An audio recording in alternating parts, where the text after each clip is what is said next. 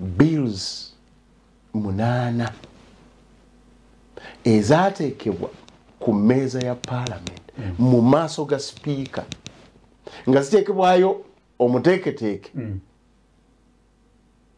Mateus, Right Honorable Mateus Mpuuga, who is not ordinary.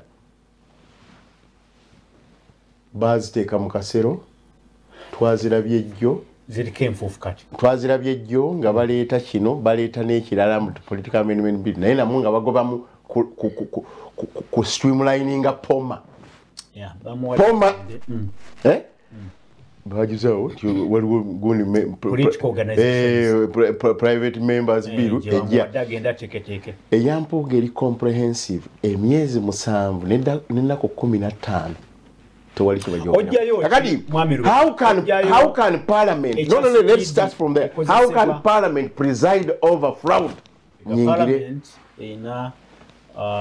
olukiiko oluteekateeka business committee lwelusalawo nti kati ku mulundi guno eno y'ensonga ejja kubanga ku mwanja olwaleero oba mu kiseera kino lw'abantu bava mu ggulu bali mu parliament awo bava mu ggulu. Download the Salt Media app from the Google Play Store and the Apple App Store.